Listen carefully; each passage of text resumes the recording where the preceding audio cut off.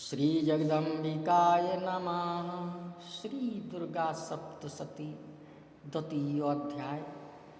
कबन्धायुधुर्देव्या गृहीत परमायुधा नानतुश्चापरे तत्र युद्धे तुर्यलयाश्रिता कबन्धाश्छिन्नशिरसा खड्गशक्रत्यष्टिपाणया तिष्ठ तिष्ठेति भासन्तो देवी मन्ये महासुरा पातितैरथनागास्वैर्सुरैश्च वसुन्धरा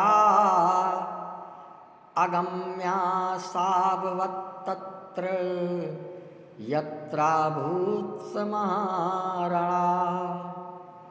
शोणितौघा महानद्या सध्यस्तत्र प्रशुश्रुवो मध्ये चासुरसैन्यस्य वारणासुरवाजिनाम्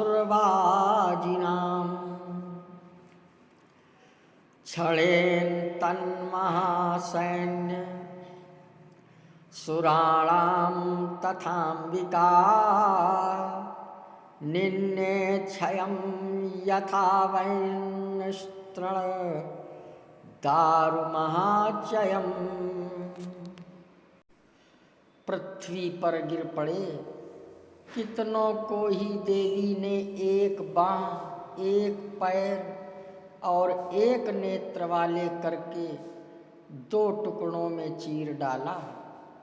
कितने ही दैत्य मस्तक कट जाने पर भी गिरकर फिर उठ जाते और केवल धड़ के ही रूप में अच्छे अच्छे हथियार हाथ में ले देवी के साथ युद्ध करने लगते थे।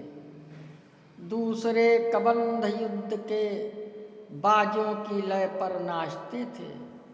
कितने ही बिना सिर के धड़ हाथों में खड्ग शक्ति और सृष्टि लिए दौड़ते थे तथा दूसरे दूसरे महादैत्य ठहरो ठहरो यह कहते हुए देवी को युद्ध के लिए ललकारते थे।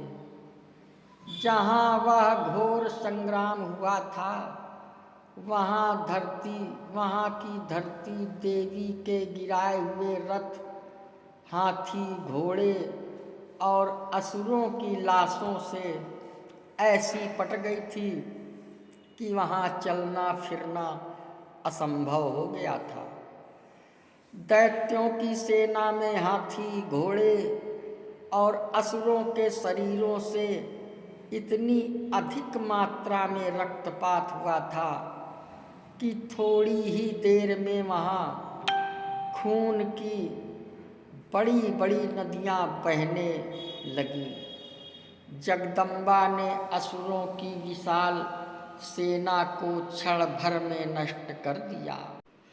साचा सिंहो महानाद मुत्सृजन्धुतकेशरा शरीरेभ्यो मरारीणा मसुनिव विचिन्वती देव्या गणैश्च तैस्तत्र कृतं युद्धमहासुरै यथैषा तुतुषु देवा पुष्पवृष्टिमुचो दिवि।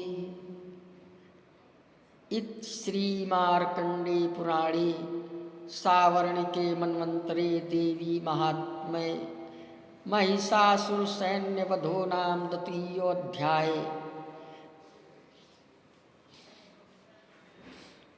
ठीक उसी तरह जैसे तृण और काठ के भारी ढेर को आग कुछ ही क्षणों में भस्म कर देती है और वह सिंह भी गर्दन के बालों को हिला हिला कर जोर जोर से गर्जना करता हुआ दैत्यों के शरीरों से मानो उनके प्राण चुने लेता था।